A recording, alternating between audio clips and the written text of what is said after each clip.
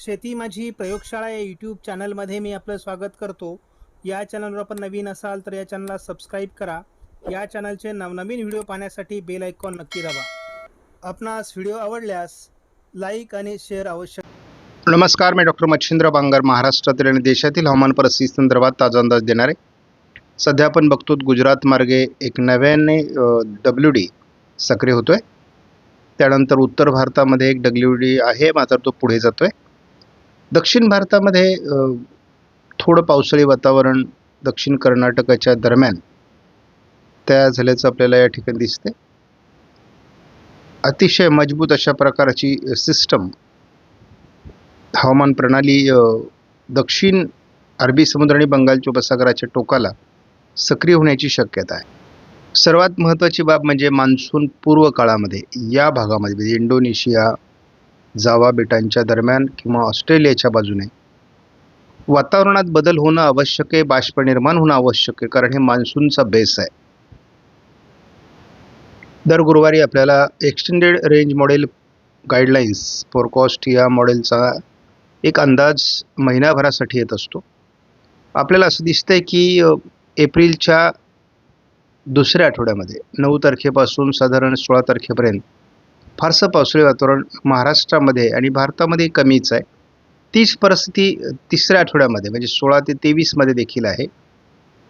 मात्र पावसाच्या ॲक्टिव्हिटीज वाढणार आहेत चौथ्या आठवड्यामध्ये, म्हणजे 23 ते 30 हा जो एप्रिलचा शेवटचा आठवडा आहे, ते पूर्व भारतामध्ये थोड्या पावसाळी ॲक्टिव्हिटीज आहेत, ज्या पहिल्या 2 आठवड्यामध्ये सुद्धा आहेत. उत्तर भारत आणि पूर्व भारतामध्ये पावसाळी ॲक्टिव्हिटीज राहतील. मात्र आपल्याला सर्वात महत्त्वाचा बदल जो दिसतोय तो पहिल्या आठवड्यामध्ये मेच्या, कारण 30 एप्रिल ते 7 मेच्या दरम्यान हवामानात मोठे बदल होणार आहेत. मुख्यत्वे करून हे बदल 23 ते 30 या शेवटच्या आठवड्यातच बंगालच्या उपसागरामध्ये दिसू लागले आहेत. म्हणजे हा जो आपल्याला भाग दिसतोय साधारण श्रीलंकेपासून तर इंडोनेशिया आणि अगदी अंदमान निकोबार बेटांपर्यंत या ठिकाणी हवामानाचा बेस म्हणजे मान्सूनचा बेस तयार होतोय आणि त्यामध्ये बऱ्याच घडामोडींना सुरुवात झालेली आहे. त्यानंतर आपण शेवटच्या आठवड्यामध्ये बघतो की अतिशय बदलणारं वातावरण आपल्याला ह्या भागामध्ये दिसते. त्यामुळे यावर्षी देखील मान्सून अंदमानात तरी आठवडाभर अगोदर येऊ शकतो असा एक प्राथमिक अंदाज दिसतोय. आज 10 तारखेला भारतामध्ये पावसाचं प्रमाण कमी झालंय, मात्र दमट आणि उष्ण अशा प्रकारच्या वातावरणाची किनारपट्टी भागामध्ये म्हणजे बंगालचा उपसागर आणि अरबी समुद्रही वाढणार आहे. मात्र दक्षिणेत थोडं पावसाळी वातावरण सध्या दाखवलं जातं आहे, पूर्व भारतामध्ये दाखवलं जातं आहे. किनारपट्टी भागातील उष्णतामान अगदी गुजरात आणि इकडे ओरिसा असं वाढताना दिसतंय, परंतु आपल्याला असं दिसतंय की समुद्र किनाऱ्यालाच ही उष्णता दमट स्वरूपामध्ये वाढताना दिसते. अतिउत्तरेला आणि पूर्वेला पावसाच्या ॲक्टिव्हिटीज आहेत. केरळमध्ये पावसाच्या ॲक्टिव्हिटीज आता सतत राहतील. 12 तारखेला पावसाच्या ॲक्टिव्हिटीज कमी आहेत, परंतु उष्णतामान वाढताना दिसते. हे उष्णतामान आपल्याला 13 तारखेला वाढताना दिसते. पहिल्यांदा आपल्याला उष्णतेची लाट छत्तीसगडमध्ये 14 तारखेला दाखवण्यात आली आहे आणि 15 तारखेला देखील आपल्याला छत्तीसगडमध्ये उष्णतेची लाट आहे. गुजरात, ओरिसा आणि पश्चिम बंगालमध्ये दमट उष्ण वातावरणाचा प्रभाव दाखवण्यात आला आहे. गेल्या 48 तासामध्ये जो पाऊस झालेला आहे तो संपूर्णपणे या भागामध्ये झालेला आहे. थोडाफार या भागात जरी पाऊस असला तरी त्याचं प्रमाण अतिशय किरकोळ आहे. त्यामुळे आता राजस्थान, गुजरात, मध्य प्रदेश, महाराष्ट्र, तेलंगणा आणि कर्नाटक, रायलसीमा राज्यातील पाऊस उघडला आहे.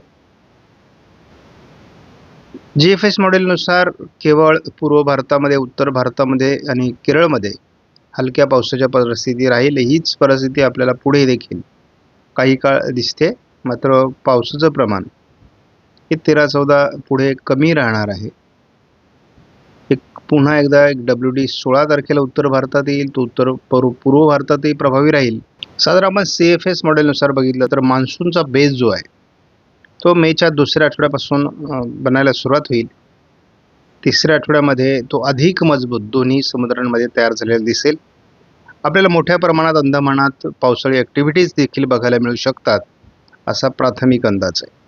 पुढील 5 दिवस 15 तारखेपर्यंत जरी आपण अंदाज बघितला तर JFS मॉडेलने महाराष्ट्रात पाऊस दाखवलेला नाही. आयकॉन मॉडेलनुसार जर बघितलं तर थोडं सिंधुदुर्ग कोल्हापूरच्या दरम्यान घाटमाथ्यावर पावसाची शक्यता निर्माण होते. पुढील 5 दिवसामध्ये IFS मॉडेलने कुठलंही पावसाळी वातावरण दाखवलेलं नाही. पुढील 5 दिवसात आपल्याला कुठलीही महाराष्ट्रामध्ये AIFS ESMWFच्या मॉडेलने देखील पाऊस दाखवलेला नाही आहे. त्यामुळे आपल्याला फार घाबरण्यासारखी परिस्थिती नाही. AIFS मॉडेलने 18 तारखेपासूनच महाराष्ट्राच्या दक्षिणी जिल्ह्यांमध्ये म्हणजे लातूर, धाराशिव, सोलापूर, सांगली, कोल्हापूर, साताऱ्याच्या दक्षिणी भागापर्यंत पावसाला सुरुवात होईल असा अंदाज दिला आहे. आणि जवळपास 24 तारखेपर्यंत अंतर्गत भागात विदर्भ वगळता हा पाऊस येईल असं दिसतंय. हाच अंदाज आपण JFSनुसार जर बघितला तर आपल्याला तुरळक अशा स्वरूपाचा पाऊस मात्र नाशिक जिल्ह्यामध्ये पाऊस आहे, लातूर, धाराशिवमध्ये पाऊस आहे, कोल्हापूर, सांगलीमध्ये पाऊस आहे, नांदेड आणि थोडं यवतमाळच्या भागात पाऊस आहे. महाराष्ट्रामध्ये 18 तारखेनंतर पाऊस का सुरू होणार आहे त्याचं मुख्य कारण आहे महाराष्ट्रामध्ये आपण या ठिकाणी बघतो की 18 तारखेला पहिल्यांदा पूर्व विदर्भामध्ये 1003 हेक्टोपास्कलचा हवेचा दाब सुरू होणार आहे. ECMWF मॉडेलनुसार आपण जर अंदाज बघितला तर पुढील 5 दिवस कुठल्याही प्रकारचं पावसाळी वातावरण नाही. म्हणजे जवळपास 15 तारखेपर्यंत थोडाफार ढगाळ परिस्थिती दक्षिणेला होईल. या पलीकडे 15 तारखेपर्यंत कुठलंही वातावरण नाही. 16 तारखेला आपल्याला पहिल्यांदा थोडी ढगाळ परिस्थिती कोल्हापूर, सांगली, सोलापूरमध्ये दिसते. पावसाचा अंदाज नाही.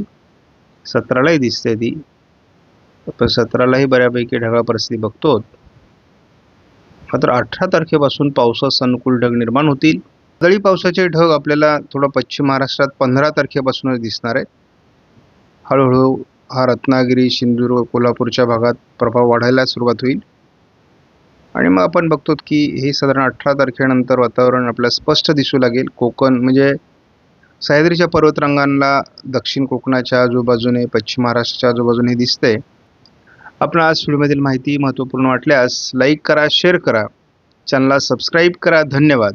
जय हिंद, जय महाराष्ट्र, जय बळीराजा.